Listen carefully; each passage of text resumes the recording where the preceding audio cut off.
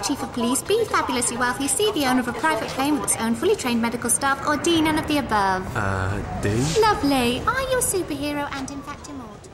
Things can go wrong on holiday abroad, even if you're staying with family. So check it out before you check in. Find out more at gov.uk/knowbeforeyougo. You're listening to The Travel Show with John Guinn on ukhealthradio.com. So I'm giving some advice on how to get the best holiday for 2017. It is the peak holiday booking season. People are fed up because they're back to work after a long layoff, probably at Christmas, and they want something to look forward to. And you always know somebody down a pub who says they went to Spain for a £5. And of course there's a lot of pressure for you to get the cheapest holiday possible by going on the internet. But the cheapest is not necessarily the best, and I'm helping you to find the best deal for the trip that makes your 2017. Earlier in the show I talked about government advisories and making sure you know about the entry requirements before you visit a country. And this is one of the best places to start as well. I mean, if you can look for the weather and any particular activities, but it's got to be one of the first places you visit to check that the country's worth going. I mean, there's no point researching somewhere for hours and hours and hours to find out that the government says it's too dangerous to visit and you won't get travel insurance. Just because the government says it's too dangerous to visit doesn't mean you can't go there. It just means you're going to struggle to get insurance. So the Foreign Commonwealth Office I've already mentioned. It lists the current advice for UK travellers to any recognised country in the world. But it's not the only system you can use to check the safety of a country. As we speak English in the UK, that means there's many other countries out there with English as a first language, and we can use their websites too. And when you think about it, if you go to the Far East, it's the equivalent of us going to Spain to the Australians. So if you're going to the Far East, then check out the advice given out by the Australian government about certain locations, because they might be concerned about security issues which the FCO could possibly miss. And there's also the Canadian government as well, and of course the Americans. And in Israel a few days ago were posting advice about Goa. So there are plenty of government advisories out there. The one you need to worry about is the FCO, because that controls your travel insurance. But you may need to check if the Americans or the Canadians or the Australians are saying something about a country. And don't forget that if you're from the UK, people from the destination are not going to be able that quickly to see if you're American or if you're Canadian or if you're British. So if it's a targeted attack to an American, for example, they may not know you're not American. But I'm getting all dark and gloomy. We're talking about holidays, which is cheerful. But anyway, check out the advice given by those governments. I did also mention a check about the health requirements as well. And you can go to the Department of Health's website, which isn't that user-friendly. But there is a much better one produced by the Scottish Health Service. So you can Google Scottish Health Service travel advice and you'll get the website from them. And it is very useful, very, very well done. But however, you should always check with your GP too, just in case there's some up-to-date information that the websites haven't quite put online.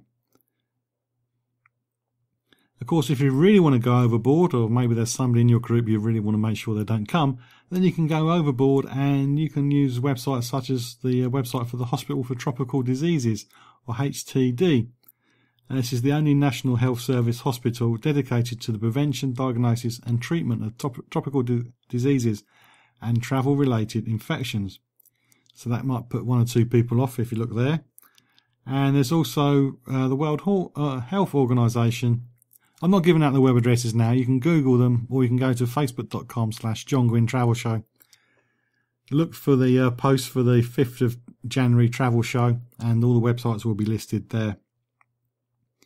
And of course, there's a visa too. You can check the FCO, or you can check the embassy for the country you're visiting, the local embassy.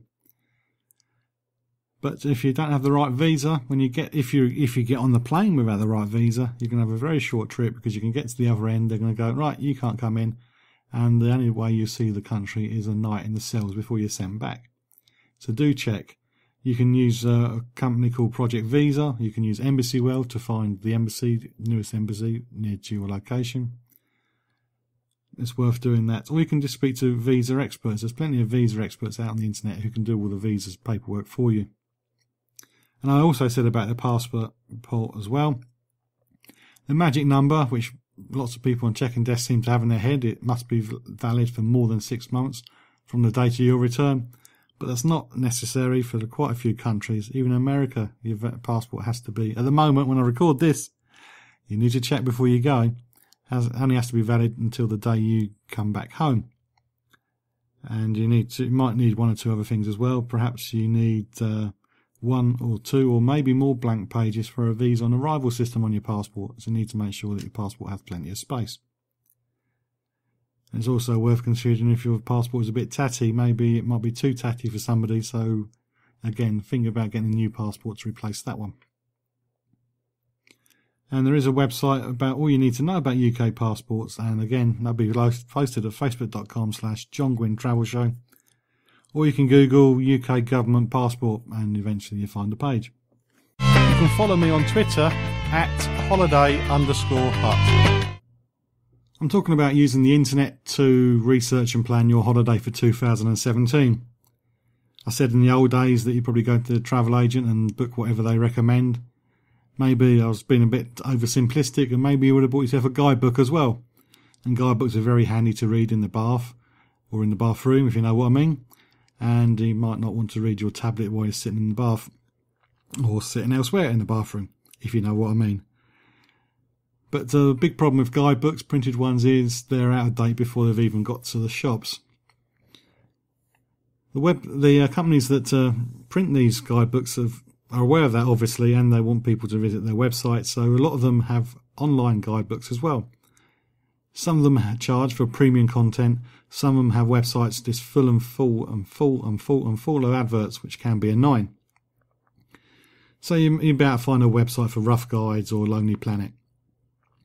However, you might find other website guidebooks which are put together by companies you never heard of, but they are proper legitimate companies. And there's one that's called World Travel Guide, which has been put together by a commercial company called Columbus. And Columbus were big in the travel agent world and travel tour operator world as providing travel information. As I said, they're a commercial company, so they do need to finance it, so there can be loads of ads on this. As with printed guidebooks, web guidebooks can be too general and might not have the specific information you're looking for. So it does take a lot of reading through the worst ones to get to the ones you need. However, if you've got clever with your keyword search, then the websites that are not relevant shouldn't come up anyway, should they? But even using the internet, it can be very difficult to research somewhere off the beaten track. And here you need to really need to ask people. So if you're off the beaten track and you can't find anything in guidebooks, then as I said before, use forums. Use forums on TripAdvisor that can help you, and loads of other websites too. So I'm just going to go through a few travel guide websites for you. I'm not doing the addresses. You can Google the name, or you can visit facebook.com/John Guinn Travel Show and find the web addresses there. World Guides is the first one I'm talking about. This website aims to provide up-to-date travel and tourism information for countries and cities throughout the world. The guides give the visitor travel tips, information on tourist attractions, major landmarks, monuments, excursions. The list goes on and on. It has around about 600 travel guides within the website, along with maps, pictures and a weekly travel blog. The travel blog has destination reviews, updates on the website, travel news and other travel related stuff. Boots and All, which is Boots N All, ALL, is a community of online resources and travel guides, and the purpose is to connect and inspire independent travellers. It is an American site, and there is an opportunity for them to make money by you booking your holiday through them.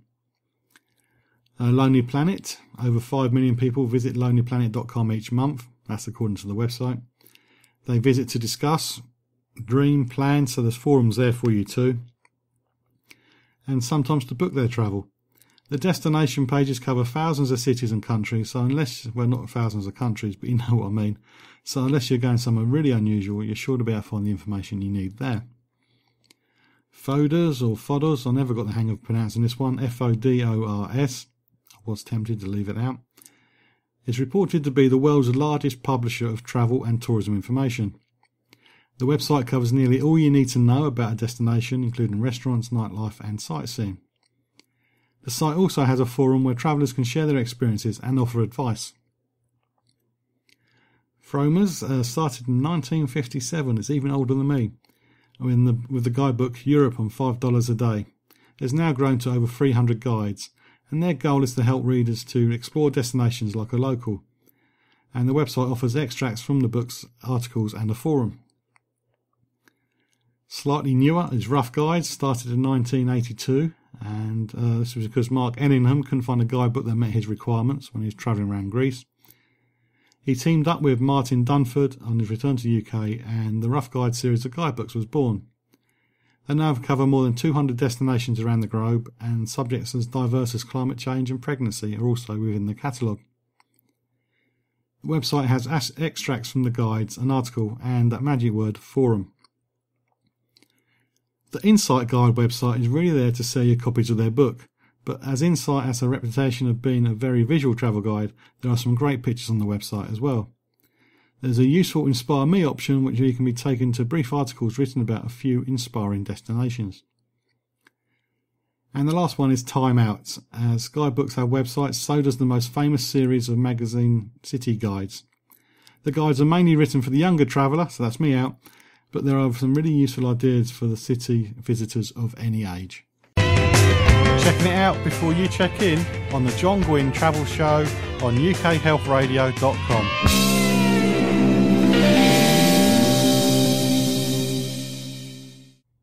So on this travel planning guide special for 2017, I've talked about having checklists and using search engines and learning how to use a search engine properly to get the most out of your searches. And by the most, I mean the limited amount of responses to your search and not millions and millions of websites that are not relevant to you. But although Google and Bing or whatever are very useful, there are other ways of searching the internet for information. And social media has got to be the big one. I mean, YouTube is one of the most used websites for searches at the moment, so the way people are using the internet is always changing. But basically, using social media is using a website that's content is supplied by the public. And you will find that people are willing to always share their experiences, either by asking questions, such as using a forum, as I mentioned earlier, or they're just writing about their trip. For example, and this seems really off the wall, but it's something I did once, if you need to know the right bus to get between two Ukrainian towns, then a social media website can help. And for this chat on the radio, I'm classing social media websites as review sites, blogs, forums, and websites such as Facebook and Twitter.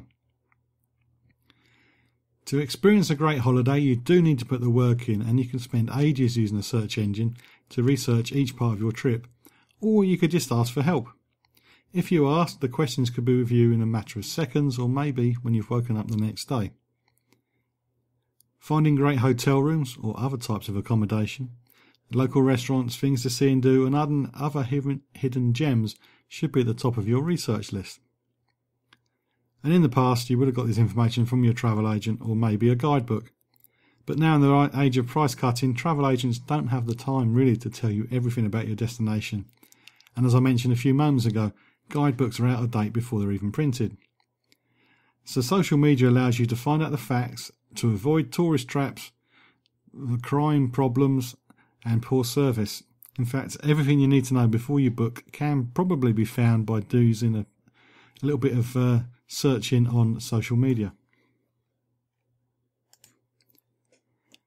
Picking out the restaurants which will be ideal for you or the location can be tough, and as I said, social media using review websites can do the job for you very quickly.